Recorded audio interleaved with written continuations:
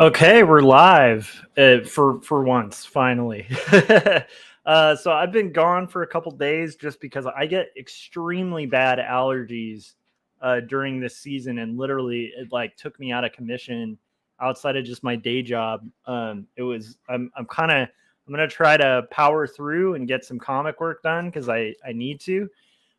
So there was a delay because of that, and then also some editorial changes that happened at Turner that are all worked out, and so we're back on track with the graphic novel. But that's why I've been gone for a while. I'm gonna do a live stream today and work on comics. I got my stuff all messed up too. I don't even have my obnoxious banner. There's my obnoxious banner. Okay, so anyhow, so that's what's been going on. There's a couple things I wanted to show before I kind of get into working. One is I got my copies of Path of the Pale Rider, written by Lori Calcaterra. She's been on Artcasters multiple times, and obviously I was curious enough about Path of the Pale Rider that I'm really excited about kind of reading them. So thanks to Lori and her Kickstarter campaign and stuff for getting that through, and I'll see what I think of the books, but they look great, so I can't wait to read it with whenever I have free time come up. So I'll put that to the side, and then I'll just have a real quick sip from my coffee. Coffee tastes so much better with a Gary Hodges Dinosaurs versus Marsbots D versus M mug. So you guys can get that at Gary Hodges' channel. So those are the two things I was going to show off that I got in the mail. Just tastes so much better with a Gary Hodges DVSM mug. All right, so that's what I was going to show off. I know it was very exciting. If you're tuning in for the first time, I'm Joshua Kemble. I've been a freelance illustrator and graphic designer for over 20 years, and I've been an art director for actually 8 now. And I think this month makes it officially 8 years as an art director, which is kind of insane. And when I'm not doing things like art directing or working on graphic design and illustration for clients, I'm working on graphic novels, like 2 Stories and Jacob's Apartment, which I'll show trailers for throughout the stream. But if you haven't yet, I really encourage you to support indie comics and pick up a copy of Jacob's Apartment, which is a slice of life doomed romance comic about 2 roommates that are going through really hard times in their life, trying to find their identity as young 20-somethings and find themselves drawn together. And as they're drawn together, their dreams and reality start interweaving in a way as kind of like if you took Eternal Sunshine for the Spotless Mind and put it in a blender with Ghost World. If you like that flavor, you would like Jacob's Apartment. And then 2 Stories is my graphic novel about my journey learning how to deal with depression, as well as caregiving for somebody with panic disorder, and navigating and trying to destigmatize hard conversations about mental illness and mental health. So those are my wares. That's my stuff. Now we should get into the fun stuff of what we're going to do today. So I'm going to be working on Not Death But Love, the strange supernatural story of Elizabeth Barrett Browning. In the background, you're going to see occasionally my wife, who's working on kids' books. She has a bunch of deadlines as well. And then you'll probably hear Benji playing with Legos and stuff because it is a Sunday afternoon. So we're rocking out. Okay, let's get into the stream. So my objective today is going to be to rough out page 76 of Not Death But Love, the strange supernatural story of Elizabeth Barrett Browning. Let's go to that page. So to my left, you're going to see the like a couple reference photos of the location that were sent by the author, which is pretty cool. And that's the page that I'll be working on. And then down here, right below here, you're going to see the section of the script that I'm working on as well. So our goal is going to be to thumbnail and rough out this page and kind of see if I can get through this without having a massive allergy attack. Like I literally have tried the last few days I tried to sit down and work and it was just not happening. So, and as you can see from my face, it's like my eyes are all baggy and like everything's all puffed up and horrible. So we'll see how well this goes. Let me have another sip from this lovely Dinosaurs versus Marsbots mug. So anyhow, let's have some fun and work on some comics and hang out together and see where we can get with that. All right. So let me get back in the swing of things. It's been a while. It's been a while and a half. So how has everybody been doing? I hope you guys have been doing good. I hope you've been productive and had a bunch of fun stuff happen.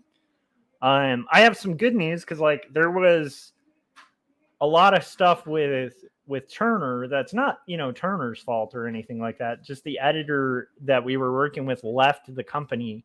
And so we're now in the hands of a totally different editor. So we had it like a week and a half kind of delay of getting feedback, getting like what exactly they want for workflow and stuff like that worked out.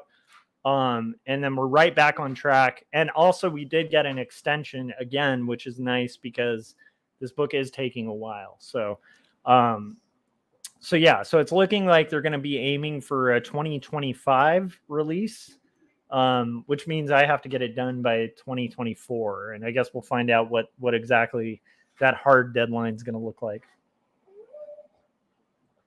All right, so that's a bunch of fun stuff. Now let's get into what we need to illustrate. So I'm going to go ahead and close out my thumbnails. This is a new location, so not my thumbnails, my photos. This is a new location, and so in that, because it's a new location, I don't need to worry too much about previous pages because it's going to be an entirely new page. I am going to need references of like Robert, the main character, but that's what I gather. That's kind of all I'm going to need. And let's go ahead and read this sequence. So let's get caught up because it's been a while. It's actually been a while since I've worked on this. So I want to get caught up in the storyline. So we've just had Elizabeth had Mrs. Reimer, Elizabeth Barrett Browning, famous Victorian poet, married to Robert Browning.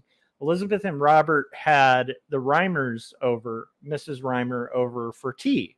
And Mrs. Reimer also brought Mr. Home, who is a kind of a spiritualist, like a seance guy that Elizabeth has gotten very interested in because of the fact that like she's got just a passing interest in seances and things like that. And so they've had the Mrs. Reimer and Mr. Home over for tea. And I'm going to look like I'm crying because of the freaking the allergies. And so the tea does not go well because Mr. Home is kind of sniping at Robert the whole time, kind of making little digs at Robert. And Robert finally calls him on it and basically says, I don't want you having tea in my house, and kicks him out. So now we've got Elizabeth is upset because she's like, hey, you've made a fool of us. We had these guests over that we've wanted to have over for a while, and you've just basically blown up and made a scene. And so that's kind of where we're at. That's the last page. So Elizabeth kind of storms out. Robert sits down on the couch, kind of like depressed. And this is all located at Casa Guidi, their house, their kind of vacation house. So that's where we're at in the story. Now we're going to read through the page. What I usually do is I'll make a list of the different sequences. So that's the last page, by the way. There's Robert sitting all depressed. I print these out as I go. I'm surprised I hadn't mentioned that before because a couple people, there's things I do in my process that I'll like realize might be useful for people to know. And when I mentioned that I print out pages as I go when I'm working on sequential work, a bunch of people were really surprised by that and found it really useful because they don't do that when they work on books, which to me is a shock because I'm like, when you're working on books, you want to constantly be working in sequence and seeing how the sequence flows. And so having a dummy copy of even the roughs that are all facing the right direction and stuff like that, just so you can make sure the page flows are working, is a really good practice. So anyhow, I was surprised that was helpful for people to hear, because for me, that was just like, oh, that's just something I do. I didn't even think to talk about it. But anyhow, so what I usually do in my workflow is for my thumbnails, I'll go ahead and break down from the script what specifically, like, numbered by the amount of panels I need, what information I need in each panel. And then from there, I'll do a thumbnail. And from there, I'll do a rough. The thumbnail's like about the size of my thumbnail in theory. That's why they call them a thumbnail. And that's more information for me. And then the rough is kind of the final thing for the client. And that's my goal, is to just get through the rough for this page during this stream. And then potentially, who knows, if I'm able to do that, maybe I'll reward myself with a game of Risk that I could do live. So who knows? Okay, here we go. So page 76. Robert stands in the moonlight-bathed rooftop terrace of Casa Gaidi, leaning against the railing, looking out at the city of Florence. So we're going to make our little list. I'll call this list. So Robert, I'm going to go ahead and get rid of my guides because I don't need to see them. So Edie Sedgwick says hi. Edie, I was curious. I've been meaning to ask you, because I was calling you Eddie for a while. And then when the second I called you Edie, I was like, that sounds so familiar. Is your username based on the inspiration for, like, Andy Warhol? I was just curious, because there's a very famous Edie Sedgwick who I believe passed away, but I was just kind of curious about that. Or is that just your name and you happen to share the same name? Paul Pate says, hi, Josh. Where do you keep all your printed pages? Set them all out? How much space does that take out? I just have them in a stack. So I'll kind of grab them. They're just on my art table. Oof. So right now, this is the stack, right? It's just like a big stack of pages. And what I do is I print them out, and then I lay them out in sequence, so they're all facing each other, so I can see the spreads, right? Hopefully that's helpful. So it's not, it doesn't take up a ton of space. It's just like just a little stack, but that's how many pages I have so far. And then I actually, even the roughs, like, I'll have in the sequence. And then as I get them done and finalized, since I'm doing them by fives, I'm doing like 5 pages of roughs, and then finalizing the 5 pages and going on to the next 5 pages. Because of that, I'll replace out the rough pages with that.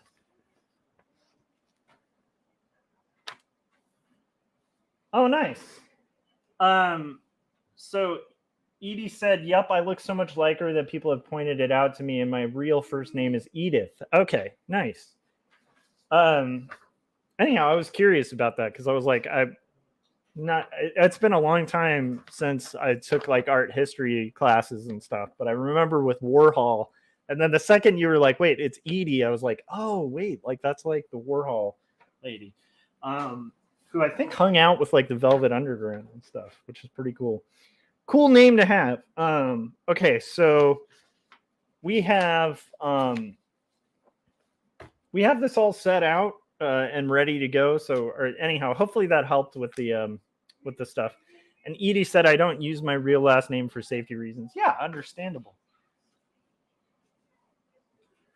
Okay, so I'm gonna have more of my coffee from my Dinosaurs versus Mars bots mug,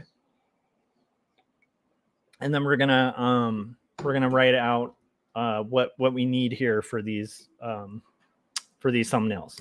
Okay, so number 1 is Robert stands on a moonlight-bathed rooftop terrace of Casa Gaidi, leaning against the railing, looking out at the city of Florence. So Robert leaning on railing. City of Florence.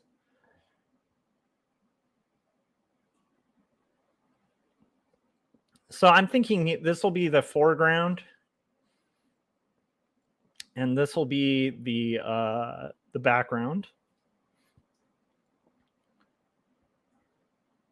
and the railing will be probably the middle ground, just to get all weird. So, okay, view encompasses the altar.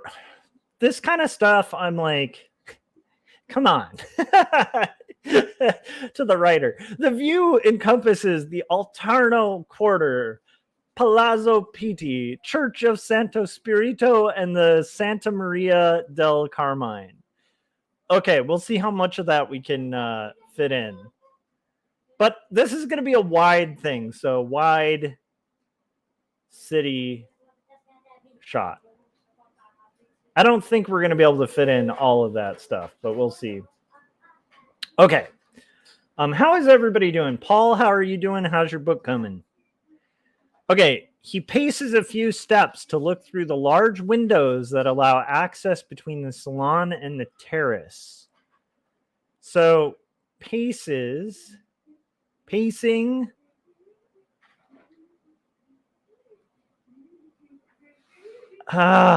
Paces a few steps. This is such a weird action to kind of break down. I think these are going to be 3 wide shots. So it's going to be he looks in windows. So Robert looks through windows.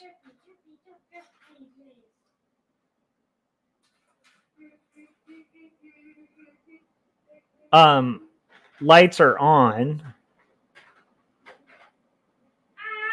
3 lights are off. Did you stub your toe, bud? Oh. Okay, so it's going to be a 3 shot. Paul said, working on page 42 right now. Paul, you're going to lap me before I even get, like, because right now I'm on 76. I imagine by the time I'm on page 77, you'll be on page 60. That's my my kind way of saying Paul is very fast. Okay. Okay. So there we go. We've got our shot. This is going to be interesting. So I do have references of the location that we're going to be able to look at, which is kind of good. So I think that's the church they're referencing. I think this has been referenced before, and then we've got this. It's going to be interesting trying to figure out how to have that be close to the windows. Paul said, stubbed toe is the worst. Stubbed toes are the worst.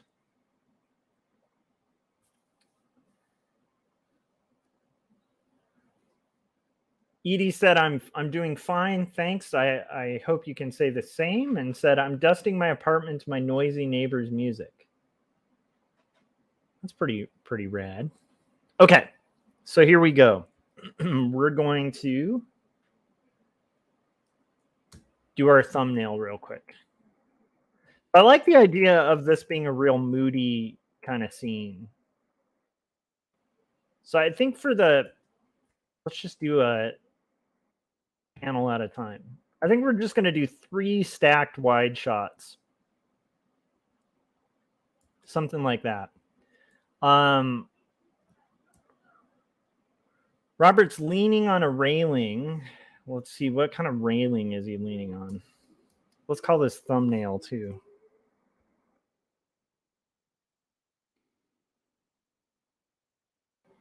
I mean, that's a pretty good section of the railing for him to be leaning on. So let's reduce this down just so I can kind of get a rough idea of where it's at.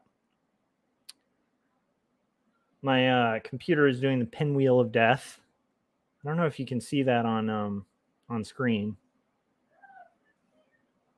when it pinwheels. Okay.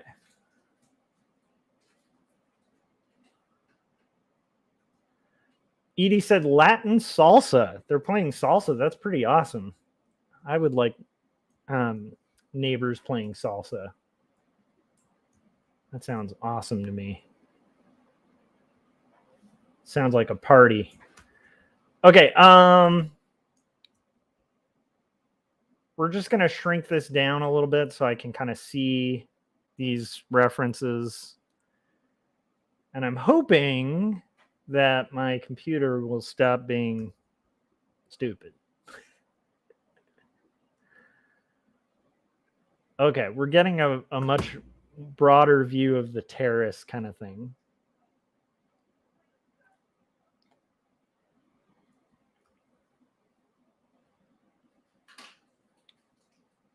Okay. That's what I need to see. Is stuff like that. That's going to be very helpful.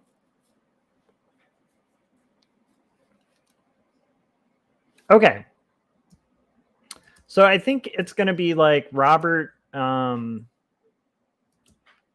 Just do our thumbnail. So Robert's going to be leaning against this.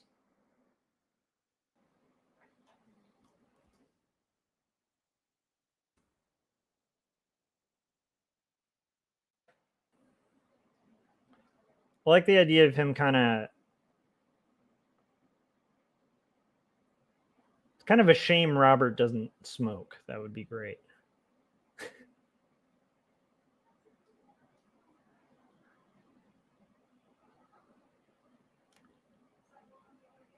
I don't like that posture. I want him leaning forward. There we go.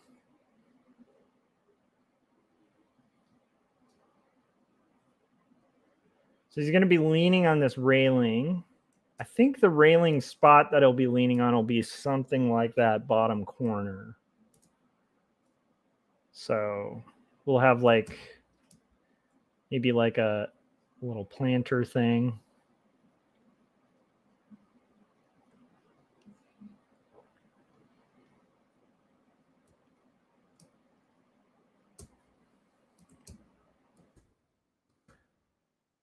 Let's see. Okay. And then we're going to have this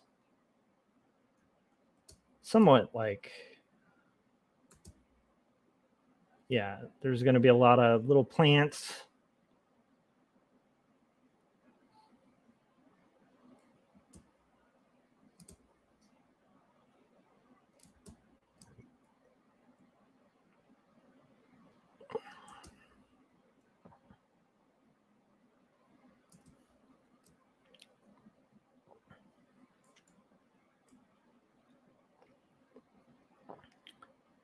And this will be the railing, which looks a little more like that. I think that we did like a Victorian treatment to the railing before. I'll have to look at that. And this will be the skyline, which we can kind of pull this rooftop view or whatever.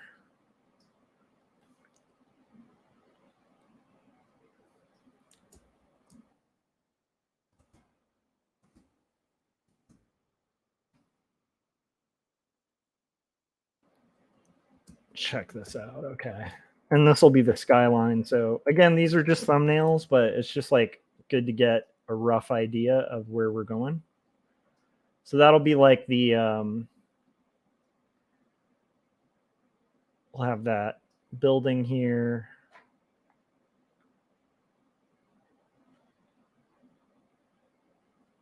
Seems like that building is almost like the largest section of the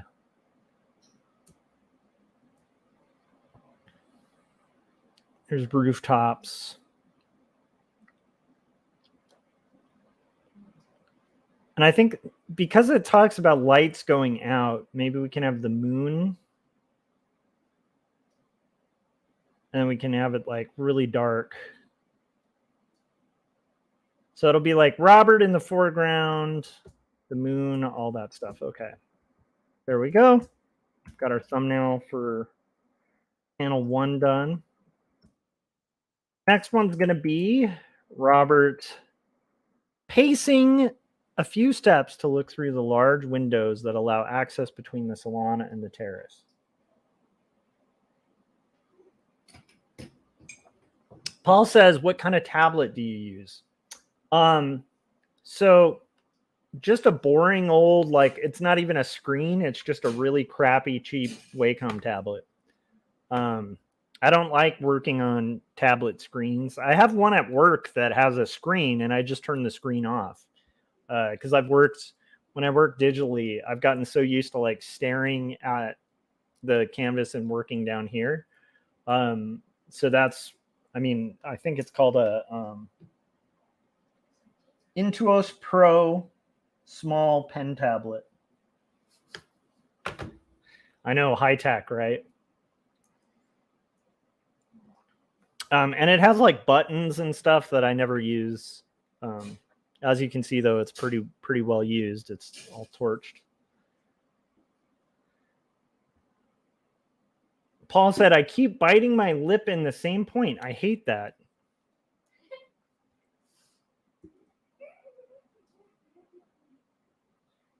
Yeah, biting one's lip in the same spot can be strangely addictive too, where it's like there's like this pain, but it's like you kind of keep doing it. It's weird. Edie said, I listen to drum and bass music, a subgenre of electronic dance music, but noise doesn't bother me. When it's too quiet, I start talking to myself. Yeah, some noise is good. It's funny, each person I know has a different working method. Like my wife will watch, like have a movie on in the background. And for me, that's really distracting. It's hard to, usually Disney movies that she's seen like a million times. She'll have running in the background. It's also distracting for me. Because when I'm trying to do something, I watch a movie, and then I watch a movie because it's playing. Benji was saying it's also distracting for him.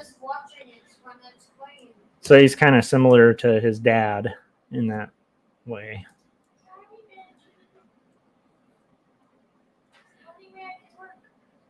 But anyhow, so it's funny because I like to have like podcasts or conversations or like even live streams and stuff, or political debates, stuff like that is really interesting to me. Whereas like my wife, like it has to be a movie she's seen a million times. Each person, each artist, each creative, we all have our own method. So the problem is I have Robert on the left. Should I keep him on the left for the other viewpoint? Paces a few steps to look through the large windows that allow access to the terrace. Okay, so I think in this one, let's see. I'm trying to think of a way to have this. Okay, I think what we'll do here is actually have Robert's head. I think pacing is the wrong call. We're not going to do that. We're going to have it be Robert looking. Okay. Yeah. I'm changing the script. I'm flipping the script here. It just makes more sense.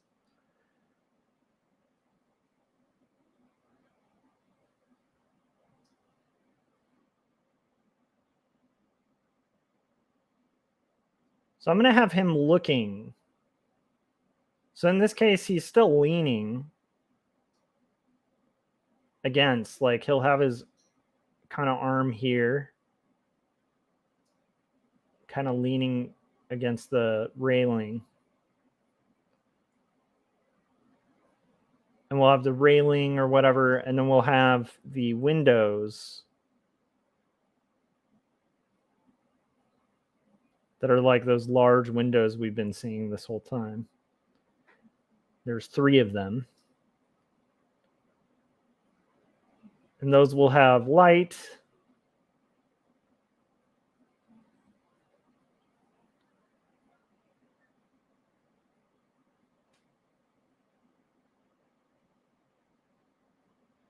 This just makes more sense sequentially.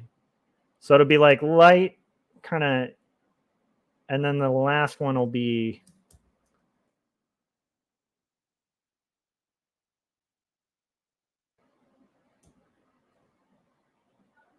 the last one's going to be of him looking down because the lights are out. So, oh, I did not want to make these a mask. Quick mask tool. I never used that tool.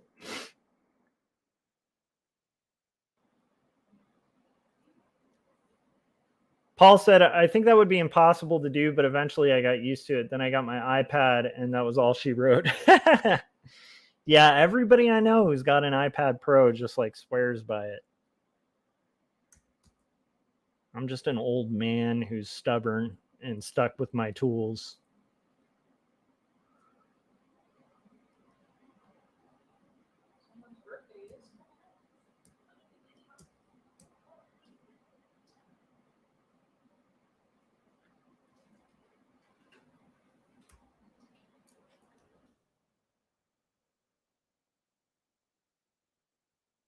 I want this to just be him just kind of looking down.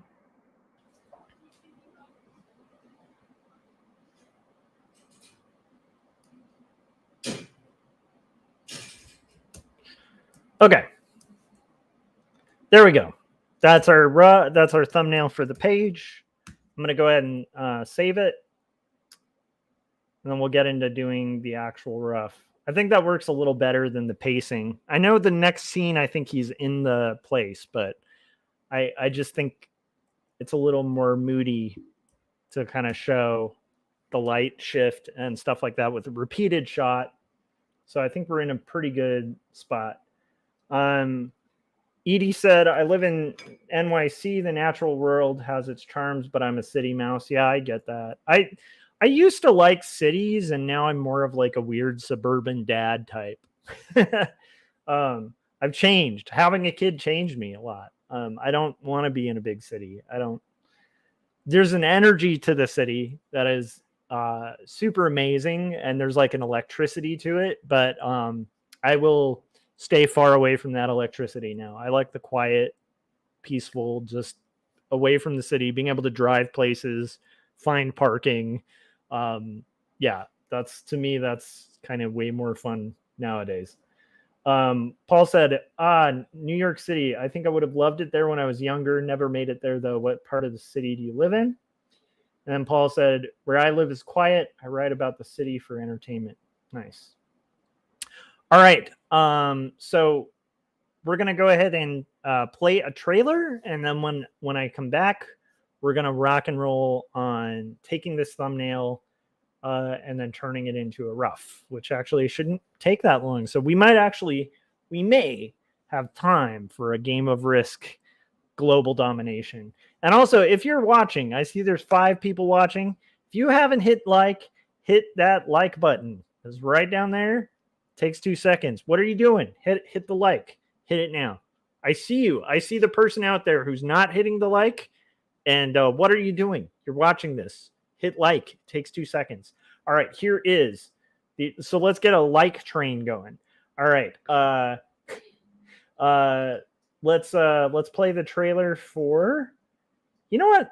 I'm in the mood for some Jim Lujan. So here's Jim Lujan's Wordzoid trailer. Well, Peter, since I'm such a big music fan, I'm gonna have to go with Karen Carpenter. Oh, Stu, I'm sorry. That's the incorrect answer. Trish, what you got for us? I'm gonna go with Kim Gordon. All right, let's check that answer. Kim Gordon. Do we have a Kim Gordon? Yes, and that means you're our new Wordzoid champion, Trish. Dale, tell Trish what she's won. Trish, you've won a copy of 2 stories, a memoir of faith and mental illness. Handwritten, hand-drawn, and handed to you by artist and writer Joshua Kemble. But wait, that's not all. You've also won a copy of Jacob's Apartment, the story of a doomed romance. What happens when you take Eternal Sunshine of the Spotless Mind and put it in a blender with Ghost World? You get Jacob's Apartment, written and illustrated by Joshua Kemble. Trish, thank you for playing Wordzoid. All right, great job, Trish. I was told I was gonna get a lifetime supply of paper towels.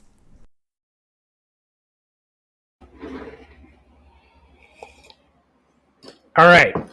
Hopefully everybody hit like. I'm hoping so. All right, so we're gonna go ahead and I'm trying to be more proactive about that because I know it's gimmicky and stuff like that, but I've realized like with streaming, people do it if you ask. So you just have to ask, and I'm gonna ask. That's my point. So we hit likes here, and I do take super chats as well. Okay, so we're gonna rock and roll on this stuff. And I did want to mention I'm wearing my Sunny Day Real Estate shirt. I did actually get a lot of footage from that concert, so I'm hoping to kind of edit some of that into a vlog at some point if my allergies allow. We got Vic joining us. How's it going, Vic?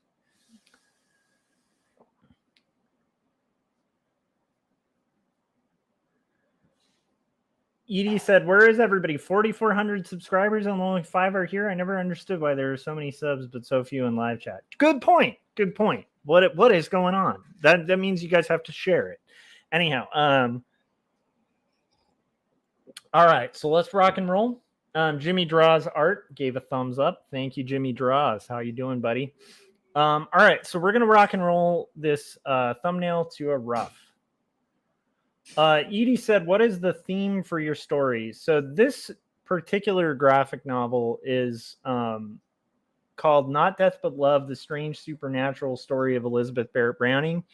It's a historical fiction graphic novel about Elizabeth Barrett Browning, the famous poet, and her, like, basically her relationship with Robert, which has been well written about, but then this whole other thing we found through her letters, where it turns out Elizabeth got really interested in seances and like spiritualism and stuff, in the hopes of kind of contacting her dead brother who had died at sea in this really tragic accident. And it kind of like, her interest in that kind of fed her addiction to laudanum and opium. And it's like this very heavy, interesting, kind of fascinating dive into kind of madness. But it has, it has a great storyline. There's a little bit of a love story in there as well, but it's definitely historical fiction. The parts that seem like fiction from the script are actually true to history. And some of the fictionalized stuff is just filling in the gaps of stuff we wouldn't be able to guess. But that's basically what this book's about. So it's about Victorian seances and poets, which is actually pretty rad. It's my first time working on a historical fiction graphic novel. And we're now looking for 2025 for the release. And my deadline needs to be done in 2024. So that's what this book is. But it is really cool and it's intriguing, and it's got the vibe of like the way it feels to me, it reminds me of the BBC Panorama Sherlock Holmes, like the pacing of it, the era that it takes place in, the way that the book kind of has this ominous tone to it, like the entire time. But it also has like lighthearted parts, like Robert dancing with a skeleton, all sorts of fun things like that. My coffee does taste so much better with this Dinosaurs versus Marsbots mug that I got from Gary Hodges. Okay. Yeah, I'm just going to name drop Gary Hodges, the fact that he has mugs. I need to get one of Corey's mugs too. What am I doing here? What's wrong with me? Okay. Paul Pate said Downton Abbey meets Pineapple Express. That's the other Victorian novel where I'm going to do a story that's like Miami Vice in Victorian England with Victorian jet ski riding, Uzi welding henchmen. All right, so let's get into the roughs.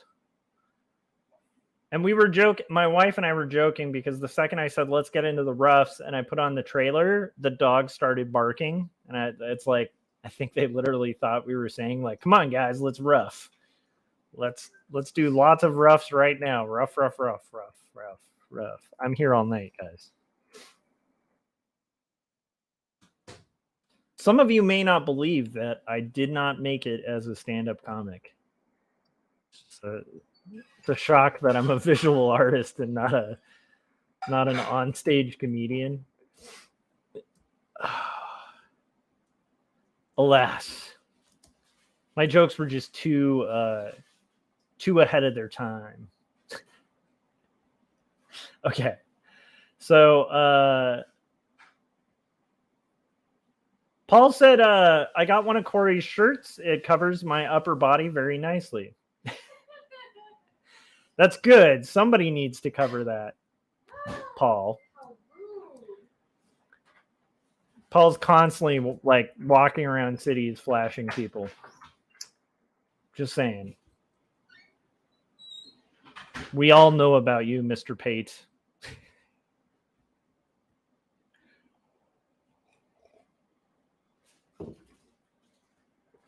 All right, guys. I know that Jim has his... Paul, do you know when Jim's show is tonight, too? Because I don't want to overlap our streams.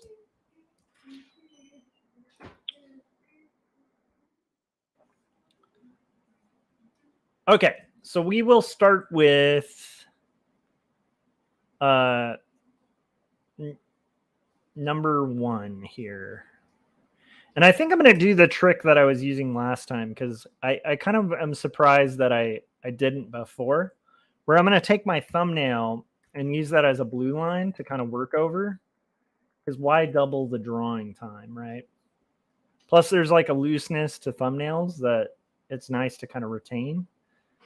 So I'll probably just make these like blue lines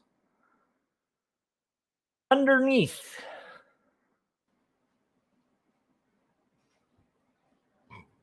Excuse me. I'm going to be making all sorts of weird noises too today. What did I just hit by accident there? Okay.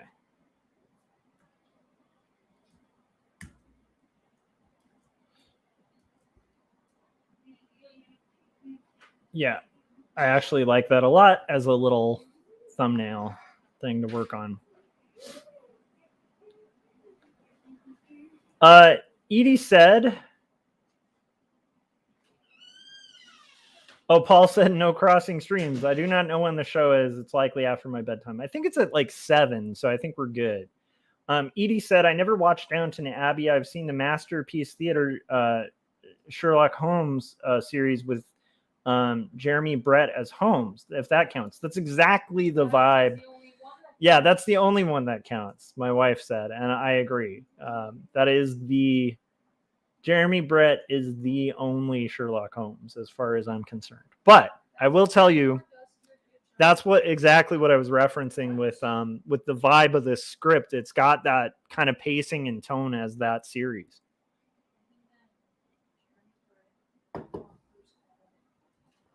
It's like got that with like, if you took that vibe of the Jeremy Brett Sherlock Holmes and then you put it in like a Jane Austen type story, that's this story, which I think is pretty cool. It's a good script.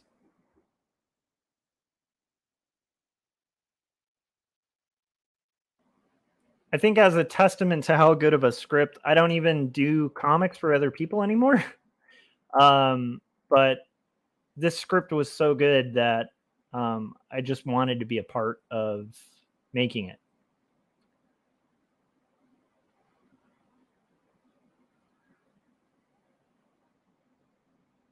Okay, so this is going to be Robert, like, kind of looking out.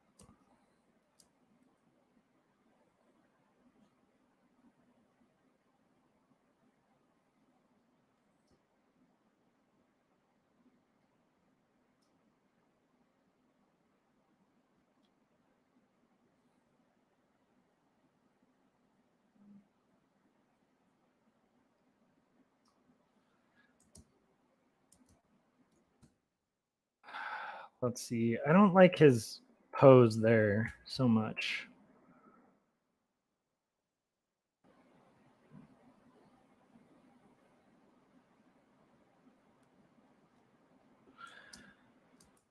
Okay. Robert's looking out over the city.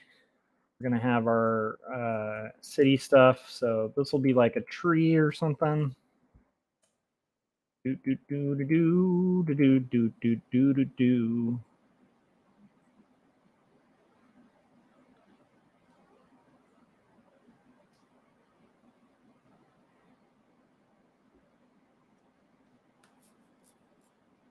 Paul said, I have to get back to work. So nice to see you, Josh. I'll miss you when you're gone. Stay well, my friend. Thank you. Enjoy your work. I hope everything's going. What time is it for you, Paul? It's kind of crazy. The time difference from here to like Rust City. Rust City is a much different time frame.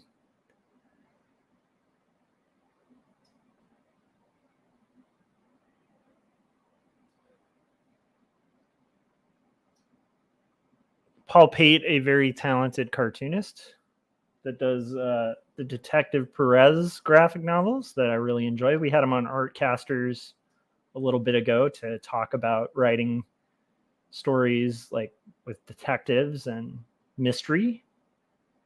That was a really cool conversation. It was a little unhinged, honestly.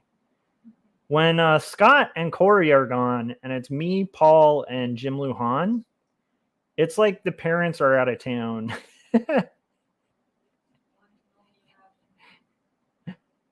Let's just say there were a lot of jokes about a 90s band called New Direction.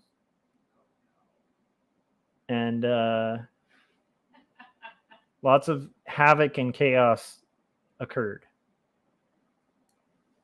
We were reprimanded when Scott and Corey got back.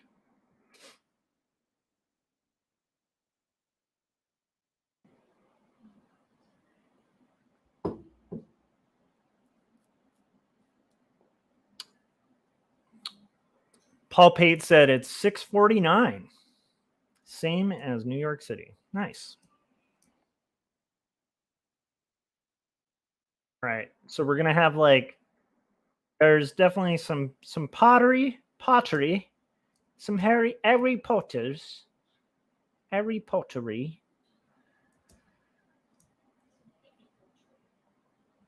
And we're gonna go ahead and have that.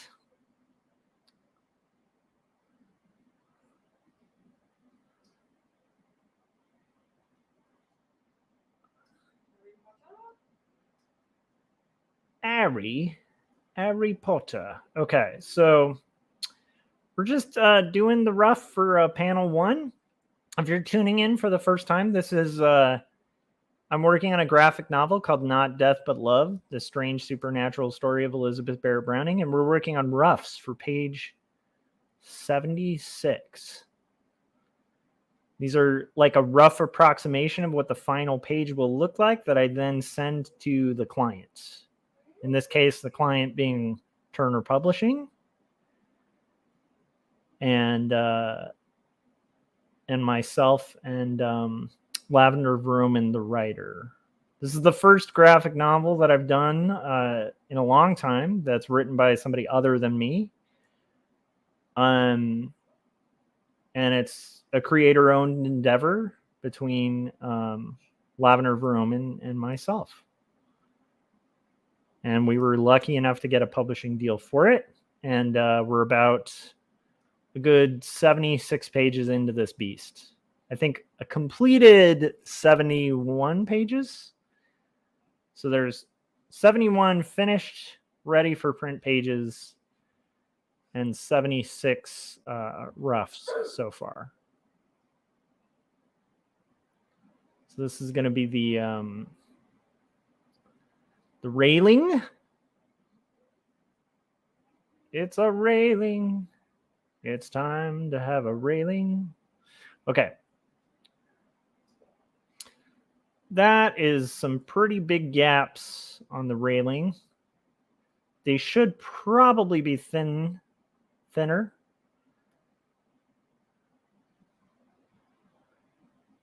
Because the whole purpose of a railing is to keep a human being from slipping through it. You guys, I'm here with like the deep, controversial takes. Did you know railings are meant to keep people from slipping through them and falling off of roofs? Hot take. I'm here all day with these hot takes.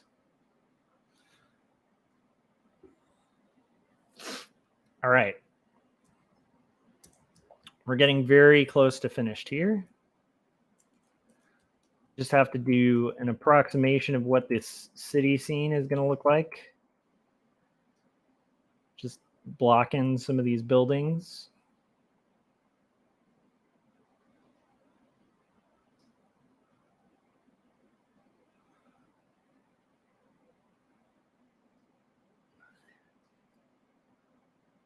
Piazza de Pizza. I think that's what this is called. It's called the pizza something. I don't know. It's Italian. Okay.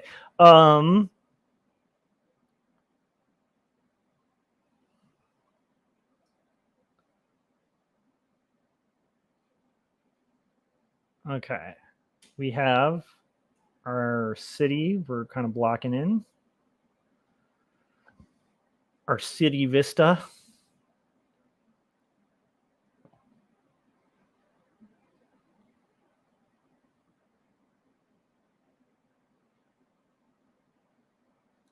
And again, this is a rough, not a final, just to kind of give a rough approximation of what everything's going to look like.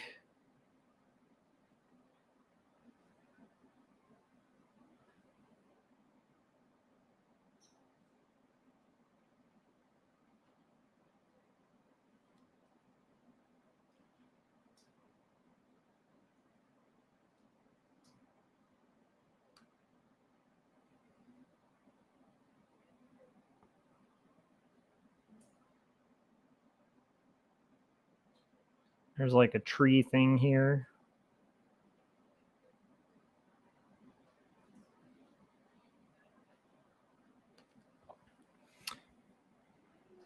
Some other tree lines going on here. It's definitely like a mountainous region.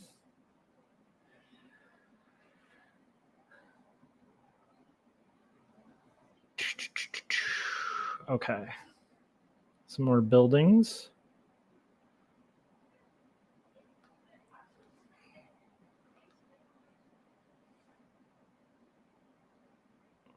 Some more tree stuff here.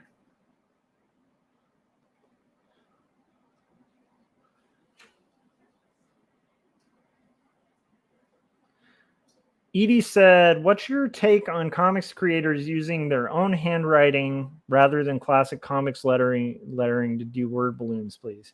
I am a big fan of hand lettered stuff. I think there are ways to approximate hand lettering that I use where I'll use like a font as like a rough placeholder and then I will hand letter over it.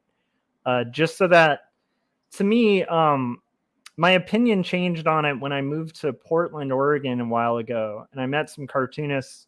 One of them, named Jesse Recklaw, used to have these cartoonist meetups, and he gave me grief for using digital fonts.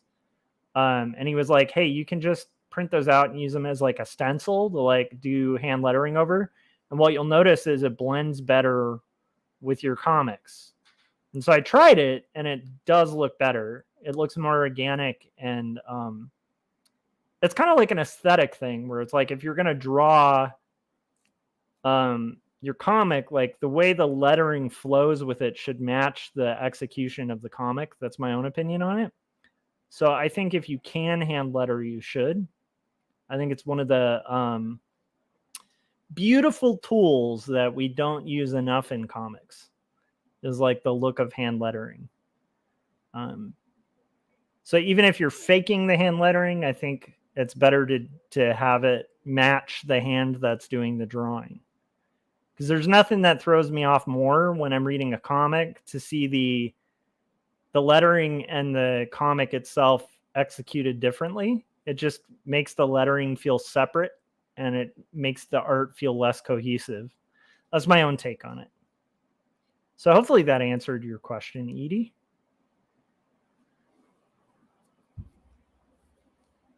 But I think it's an aesthetic choice. I just think if you can, you should hand letter.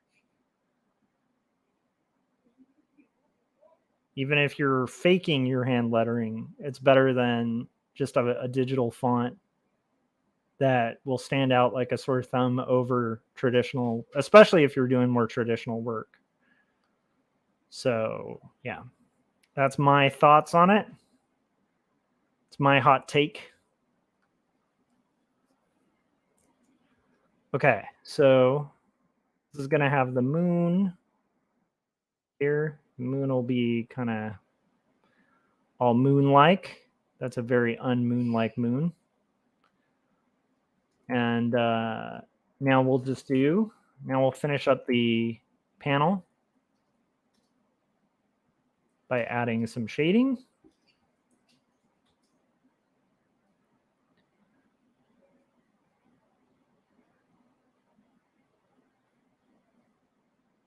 And our rough for panel 1 is almost done.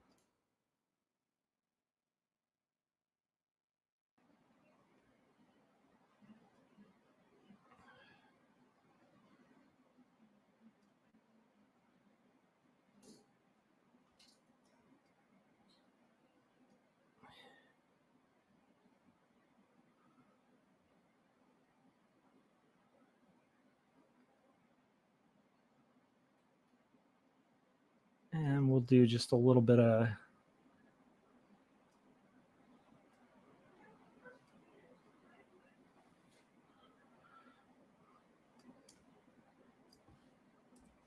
we're getting through this rough.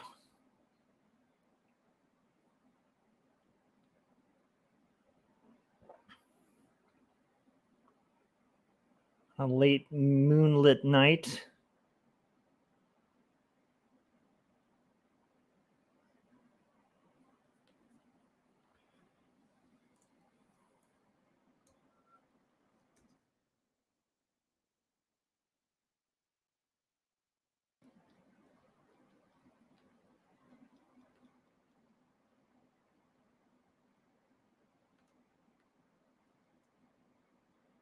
And just a little bit more.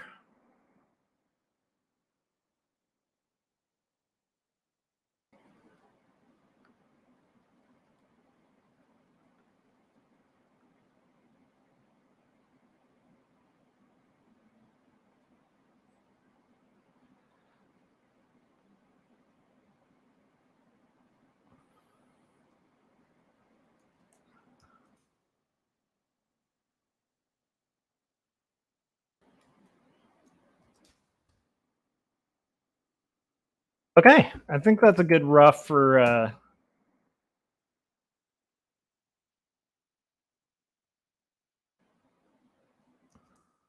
that was a bad pass.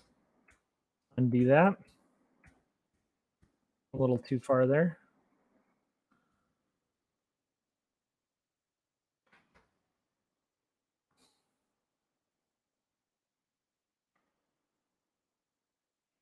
There we go. Edie said, speaking of cohesive art, Heavy Metal serialized a series in which the word balloons were translucent, allowing the art to show through, and the gutters. Interesting. I don't know if I'm a fan of that. I don't know if I'm a fan of translucent word balloons. Okay. Like I'd have to see it, but I would imagine that looks very digital.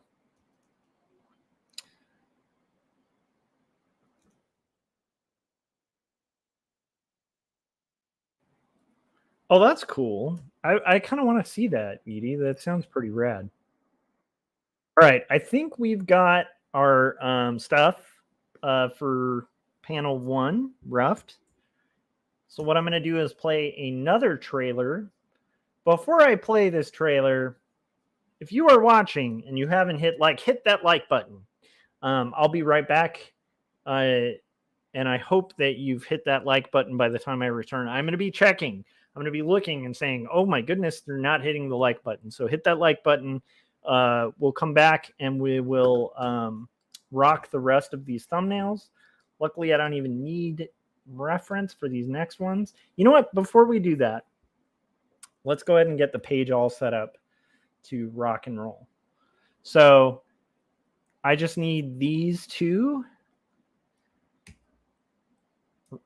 thumbnails blown up. And I think we'll finish just in time to not overlap with Mr. Luhan's stream, I hope. If anyone out there knows when Jim's stream is, let me know. I definitely don't want to overlap streams. Let me make sure. Let me see when Jim's stream is. Mr. Jim Luhan. I'll look it up right now. Mr. Jim Luhan. If it's at 4, I'm going to feel really bad. But I'm pretty sure...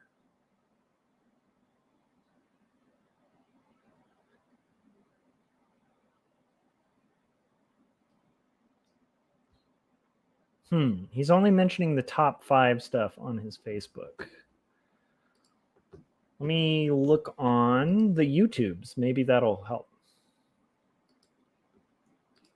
Let's look up YouTube Jim Luhan. Jim Luhan.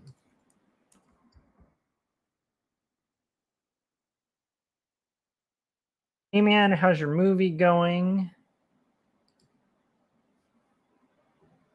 I think is...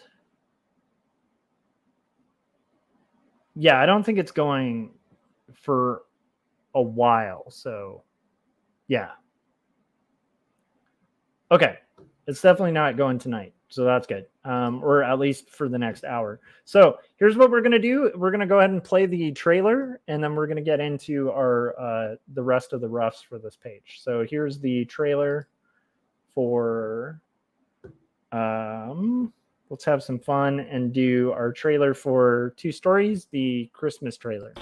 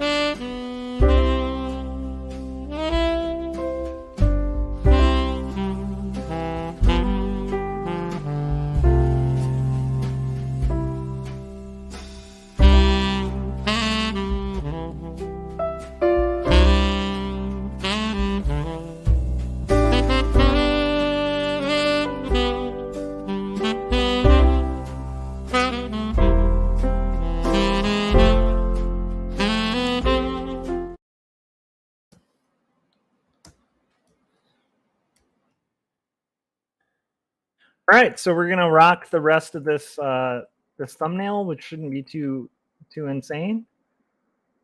Should actually go pretty quick.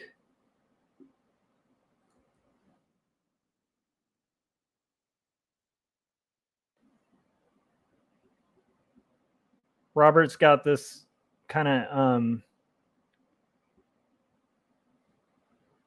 Wolverine type beard going.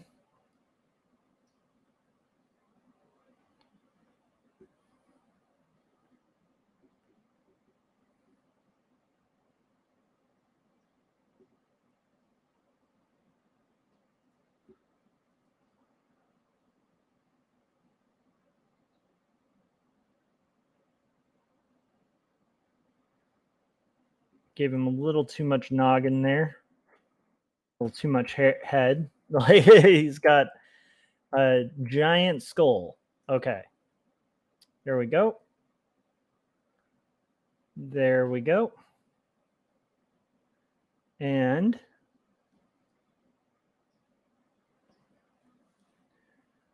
I want this to be where his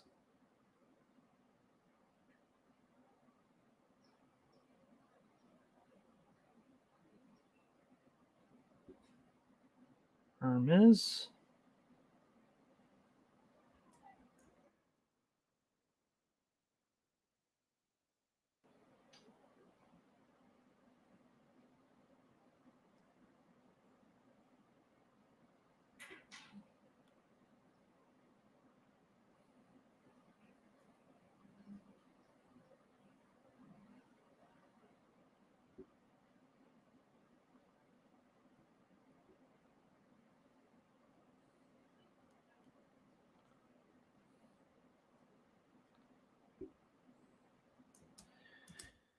Okay, this is going to be him leaning against the railing. I want his shoulders a little higher.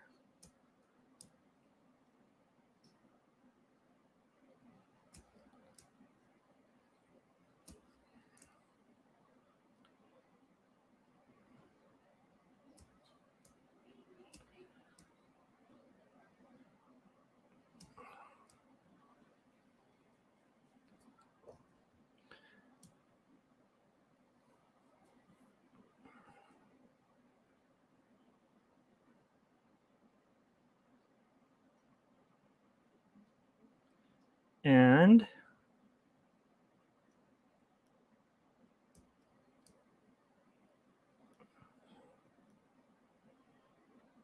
go ahead and give these a little bit of dimension.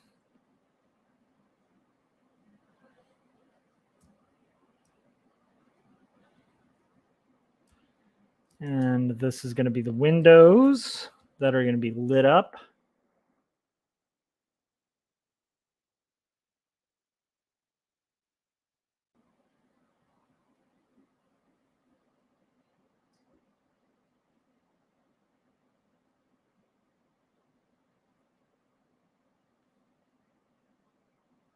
And I think these windows actually carry below, because these are like almost floor to ceiling windows.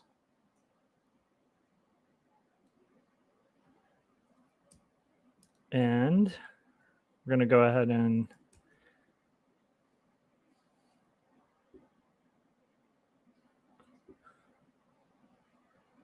actually, these roughs, honestly, are not going to take long at all, which is kind of cool. So we should be caught up. I'm glad that I was able to get through the stream. The concern getting through this stream was that I'm going to have allergies. You know, like I've been having these crazy allergies and stuff for like the last week that have been almost like debilitating, where I haven't been able to like even work. And it's kind of nice that I'm encouraged by how quickly, I mean, not every page is going to be this simple, but honestly, like how quickly this is gone, that's very encouraging. So, and again, these are roughs, you know, for a client, but I'm excited about being able to kind of get through those and get through a page of roughs and get back on the horse. Is kind of a nice thing. So, okay.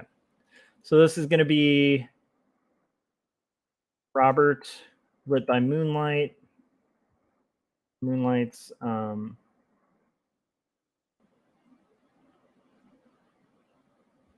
don't like that. That was a little too much.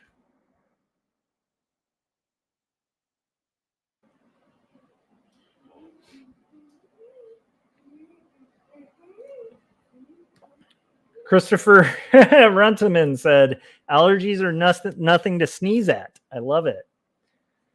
How's it going, Christopher? Christopher said, that's some good looking art there. Well, thank you. I'm inspired by your amazing art. art that you do daily. Christopher Runciman has a great live stream that you guys should all check out. It's usually running while I'm at work. And so every once in a while I'll have the stream on in the background. And if I can get away with like saying one or two things in chat, I will.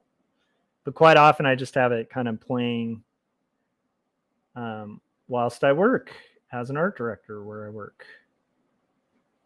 So, but it's fun to have that company at work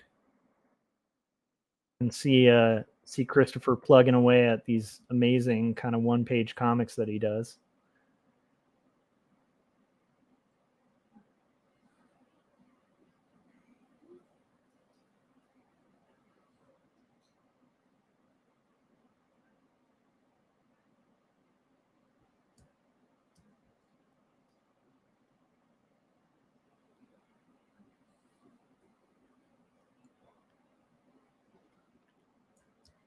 And I think to make it more coherent, should have the one of the trees here. We're kind of seeing in the foreground.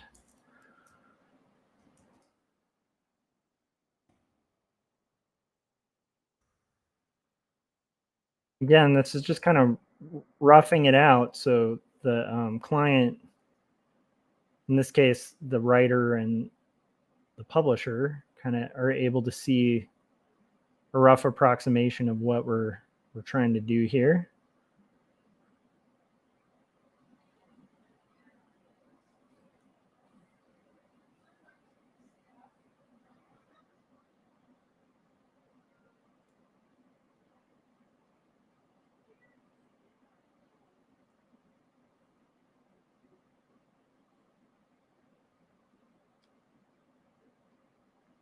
Okay, that kind of works. This is the beauty of a rough. You can be like, I'm going to add in a tree. And it's like, no problem. We're going to add in a tree. It's going to happen. There's going to be a tree here.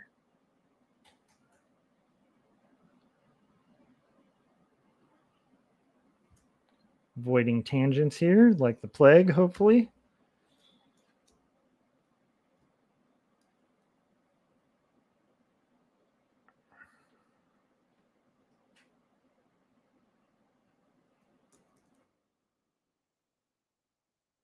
Maybe that'll be casting a bit of a shadow or something.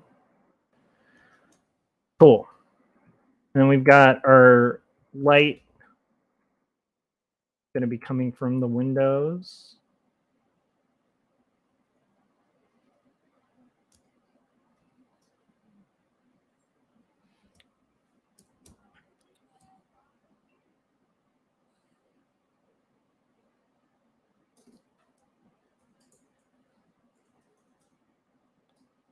Again, it's a rough.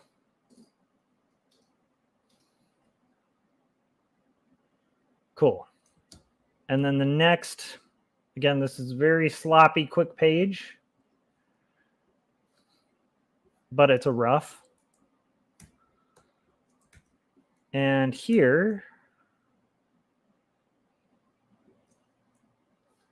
this will be like one of the quickest rough pages I've done.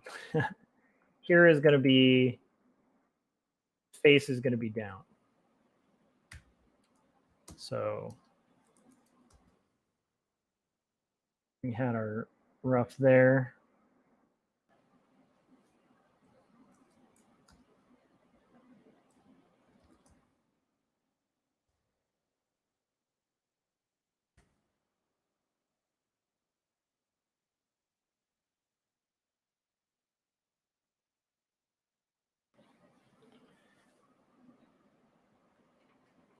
Oh, nice. Christopher said Monday is the Kremblin suggestion. I love it.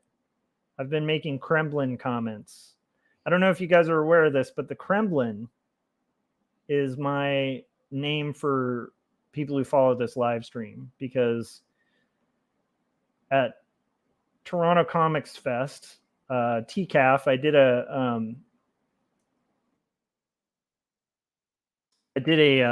panel, and on all the printed materials, they called me Joshua Kemble.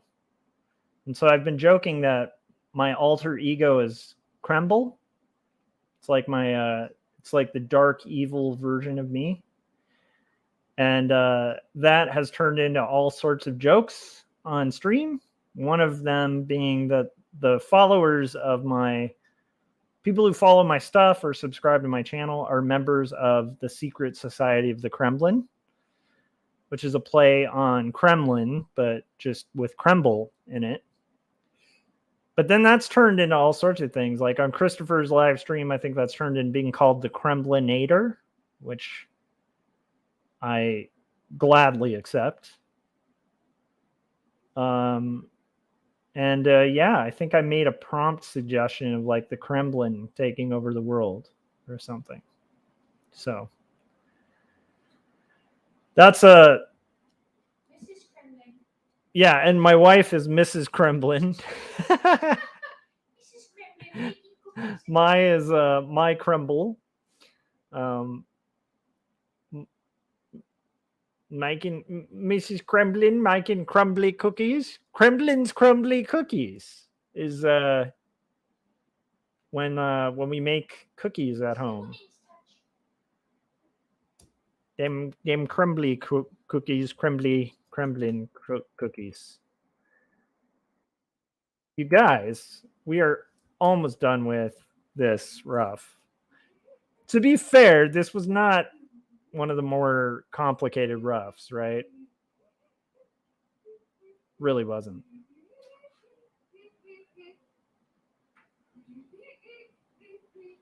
So all the lights go off. Very simple, very elegant. I think it actually will really reinforce the vibe of the story. This should be much darker now in the background.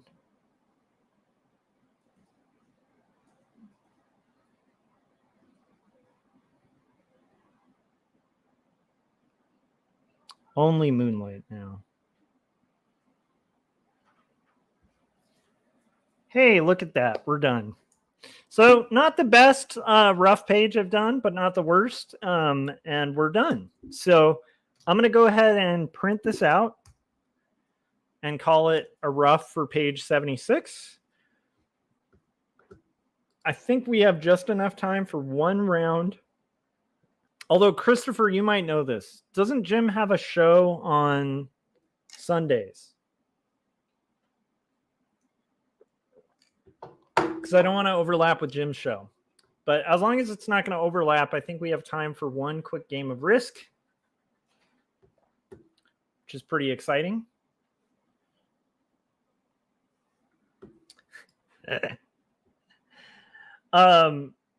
Eddie Sedgwick said, your glorious leader is Vladimir Putin.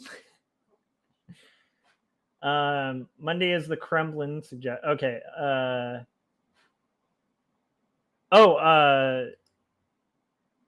Christopher said the Kremlinator has an army. Not every Sunday. I don't think he has announced one today. Okay, cool. So we are good to rock some world domination.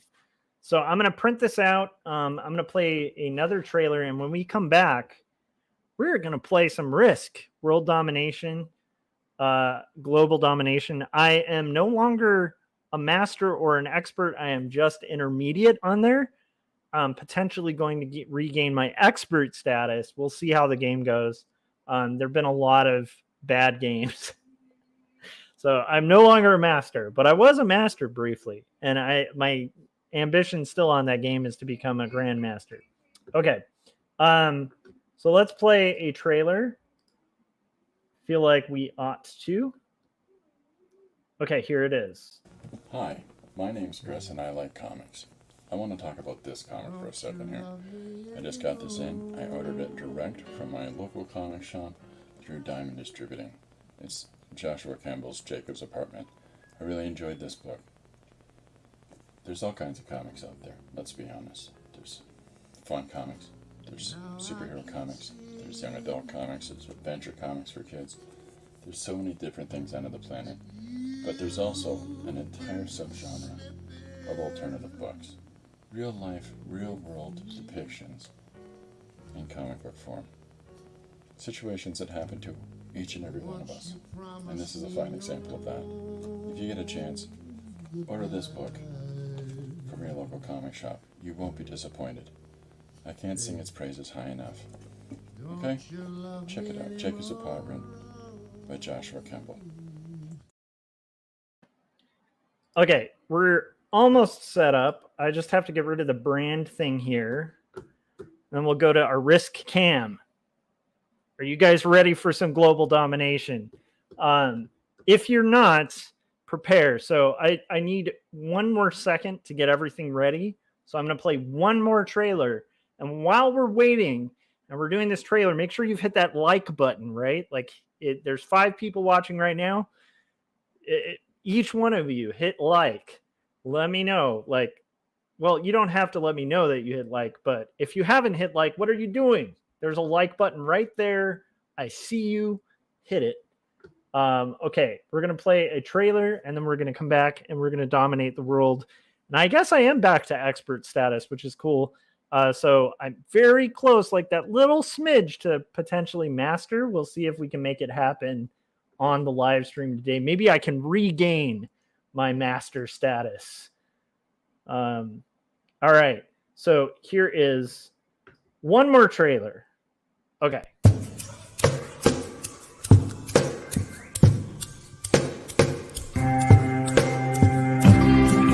Speak clearly, it seems that only in dreams can we be these things we've seen and walk around breathing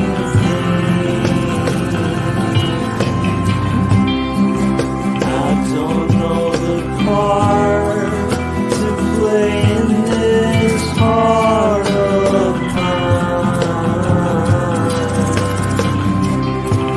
There's dissonant things, they split at the seams.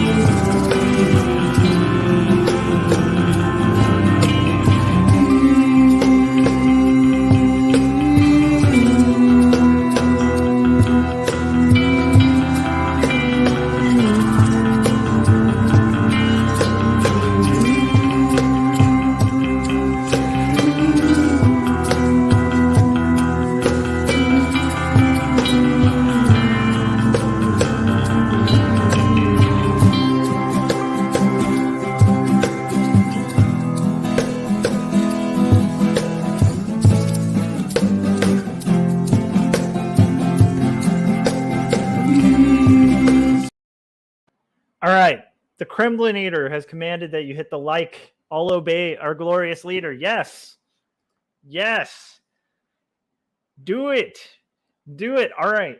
We're going to play this. You'll notice I have a new icon. I kind of like this guy. He's like a weird, funny looking cowboy with messed up teeth. And I have messed up teeth. So I was like, hey, I'm the sheriff in town of Risk.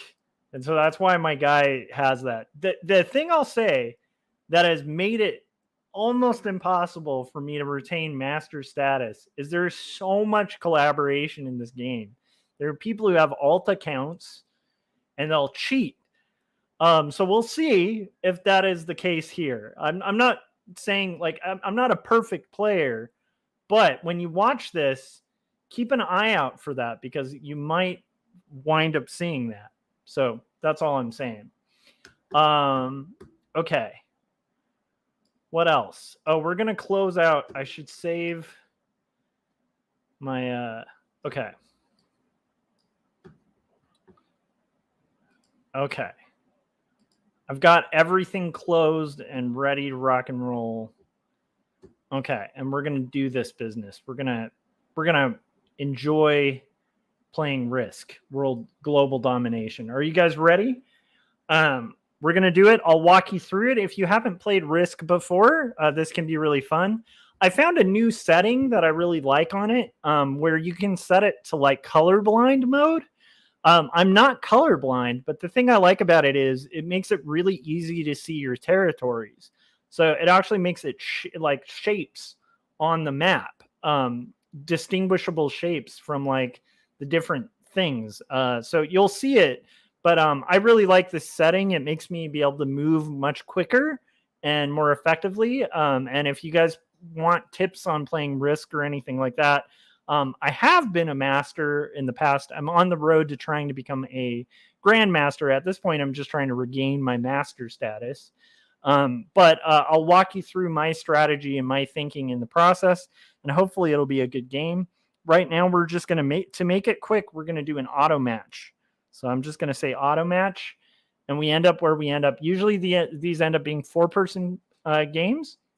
I'm playing on the fixed setting. And then Edie was saying, if you want to win, you have to take Australia. The problem with this game is everybody knows the Australia tactic. And so actually Australia can be death if you don't like, everyone's vying for Australia. People, especially new players, like suicide themselves to try to take Australia. So there's a joke among masters and grandmasters that's no Australia, no win, as a joke, meaning so many new players try for Australia. Oh, that didn't come through. So many new players try for Australia. The host canceled the game. This is interesting. We're having trouble getting an auto match going. Hopefully this will happen. So many new players try for Australia that they like die for it and kind of lose the game for everybody for it. So if you can solidly hold Australia, yes, you should take Australia. It's a good beginning point, but don't rule out other continents. Especially like my favorite continent is Europe. Like that's my favorite. It's hard to hold, but it's a really good place if you're situated, but you can win from any place on the map. As long as you don't have collaborators. If you're playing with 2 people who are all playing on the same team, and I'm not talking about allies, I'm talking about like 2 players that clearly play every game. Okay. And now we have a bot, so we have to do a different strategy. So since there's a robot player here, we are going to take Australia after all that talk about Australia. And we're going to consolidate to like the largest chunk that we can possibly get, because when you're playing against robots, the strategy has to change. I don't think I can hold Australia. That's the unfortunate part here. That 5 is going to come and hit my 4. Well, we'll just have to see how that goes. I think that black 5 is going to come and hit my 4. So the robot is just going to start auto killing everything. And so the strategy when you're playing against a robot is pretty much like get the biggest stack you can. And then just stay out of the robot's path. Hopefully black doesn't hit my 4 in Australia, but I think black will.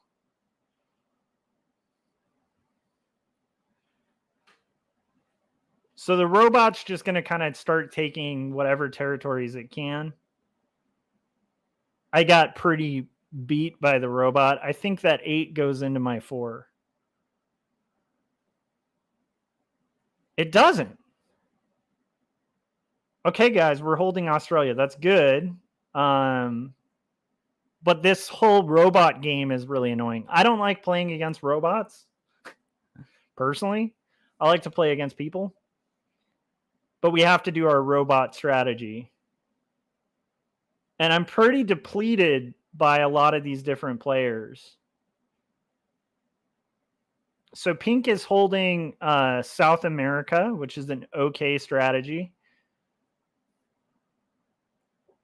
I think that 12 still comes into Australia. We'll see. What I'm going to do to try to hold it is make as much out of my exterior positions as I can. I do like that there's a 4 in the way of my place in Australia. I don't mind so much if oh, see now the 12 comes into my 9. That would be a kind of crazy move though. They'd lose the game, but again, when you're in Australia, you can never rule it out. Christopher said, "We had our dinner brought to us today at Denny's by a robot. I was worried at first." You have to explain this. Does Denny's have robots?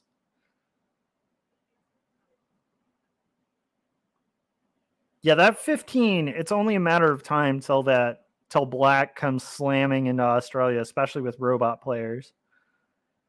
The strategy is just kind of boring, honestly, with the robot game.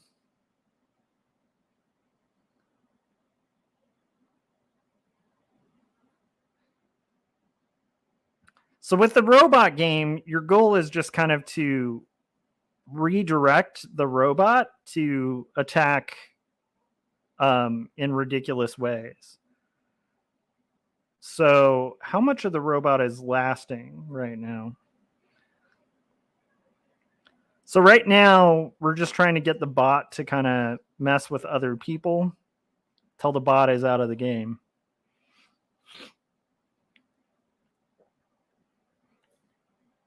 Do we have cards to cash in? We do. I really hate the robot games, though. I feel like it's not quite a true game of Risk when you're playing, an Autobot, basically. Christopher said, "I took tons of pictures." Okay, but you have to explain, like, was it a physical, like, what do you mean by robot? Was it like a Jetsons style robot? That's what I envision.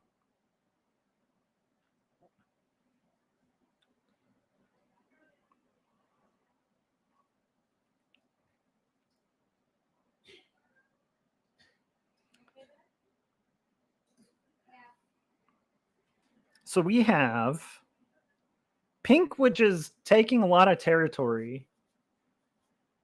Pink is actually in pretty solid position. The only problem is Pink has Black to contend with, which I do too. Pink is trying to play the robot game as well. So they're trying to incentivize the robot to attack other territories, which is kind of the boring game you have to do with a robot. So right now what I'm going to do is consolidate my territory a little bit.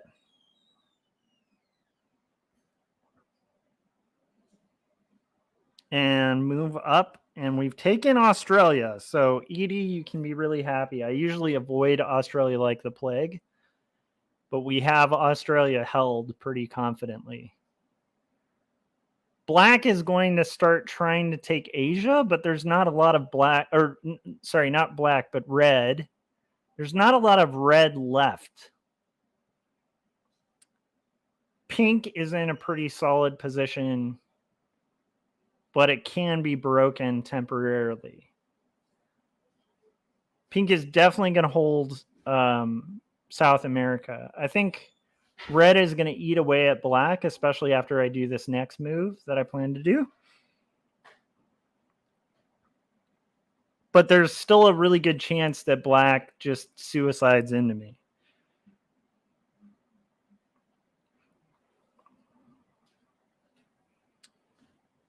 So pink is taking a lot of territory, but they're kind of overextending, which leaves them very vulnerable to black, which makes me happy.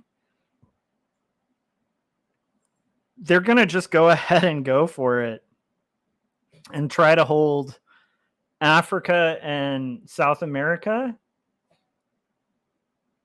I think this move may make them very unhappy.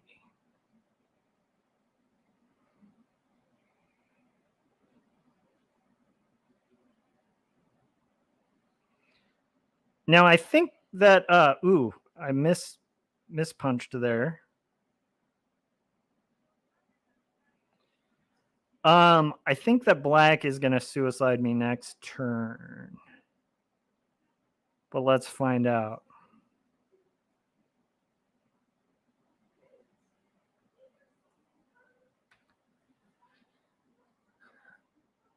Okay, Christopher's getting more detailed. He said our Walmart has robot cleaners as well. It's a 4-foot serving tray machine that rolls out from the kitchen. It has a face and song "Happy Birthday" to my wife's cousin. No way! At Denny's. I haven't been to a Denny's in years, man, but it would be fun to go to a Denny's. Black is in a really bad position, but I think black just slams right into me. Oh, maybe not. Black takes red for the cards. Well done. Does black hit magenta now? Because magenta is very overextended. I think black has to hit magenta. But maybe black doesn't. Maybe black's going to team up with magenta.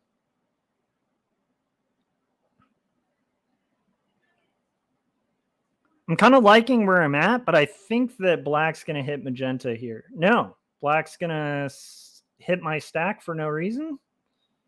Okay, there we go. Good. Black's overextending themselves too. I might win this game, guys. Yeah, these players are playing real sloppy. So I think my chance here is pretty high of winning this game. Oh, black is totally overextended. I think this game is mine.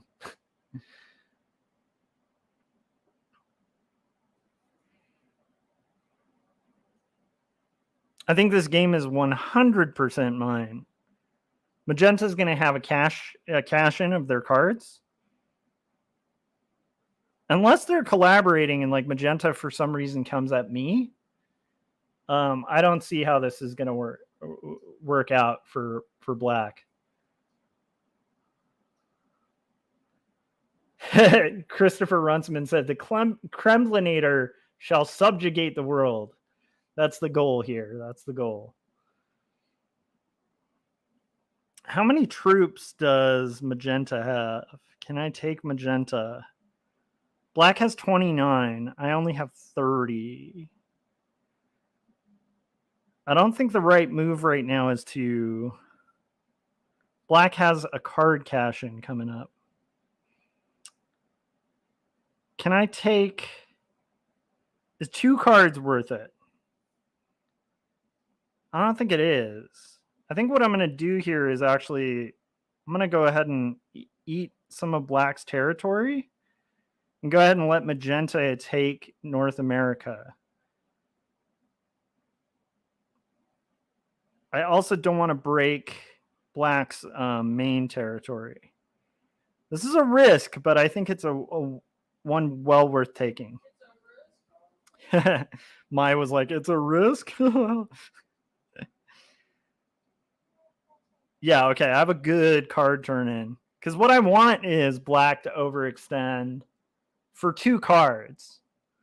So black has just lost themselves the game for 2 cards.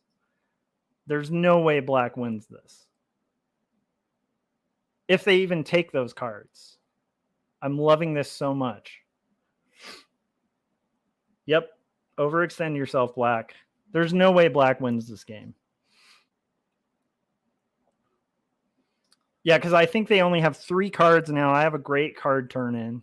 I think that'll be the game. So now it's end game time. It's time to get crazy as black just kind of goes nuts. So black has 39. I don't see them winning. 38 to 42. I just don't see them winning. So I think this is a pretty handy win. We'll see. See how quick we can close it out. If I mess this up, I'm a really bad risk player. This was like a victory just being handed to me, which I appreciate. Maybe we will regain our status here.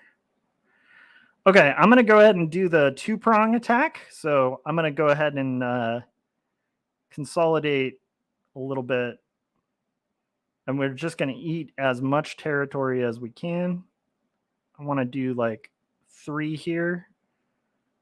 Let's do like a 5. Let's just start eating territory.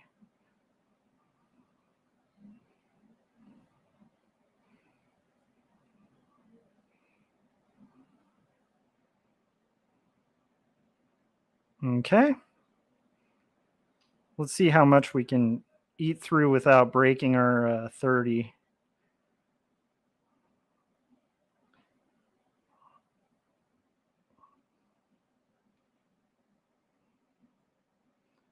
And right now, I'm just going to eat every bit of territory that I can. I'm going to split this to like a 10. Let's have that at like actually, let's have that at like a 12. Just to guarantee getting rid of that 4. And we might call it a victory right now. I don't know. We'll see how far we can get. I don't know if we clean them out entirely. Holy moly. Clean, easy win. There we go. That was actually the easiest win I've had in a long time on Risk. I'm guessing these were not experienced players. Let's see. Yeah, intermediate and a novice. So that's why that was such a quick game. But that's great. That keeps us at our expert status. It does not bring us quite to master yet, but that's okay. And that's going to do it for the live stream. So all sing the song of the Kremblinator, said Christopher Runsman. Yes.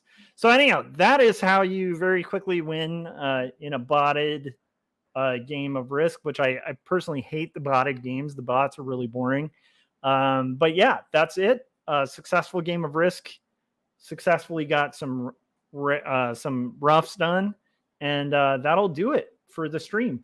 Thanks. If you guys haven't yet, hit subscribe, hit the bell so you get notifications when we're about to go live. And if you haven't hit like, what are you doing? How do you feel good about yourself enjoying free content without hitting like? I'm going to guilt you into it. Hit that like button, hit that bell, and that'll do it. I will see you guys on the next live stream, and I'm planning on doing these more frequently. As now I've gotten over the hurdle of the crazy allergy season. If you guys are getting hit bad by allergies, I feel bad for you. I want to play another game, but we're just going to call it a day. So have a good night, guys. I will see you on the next live stream. Goodbye.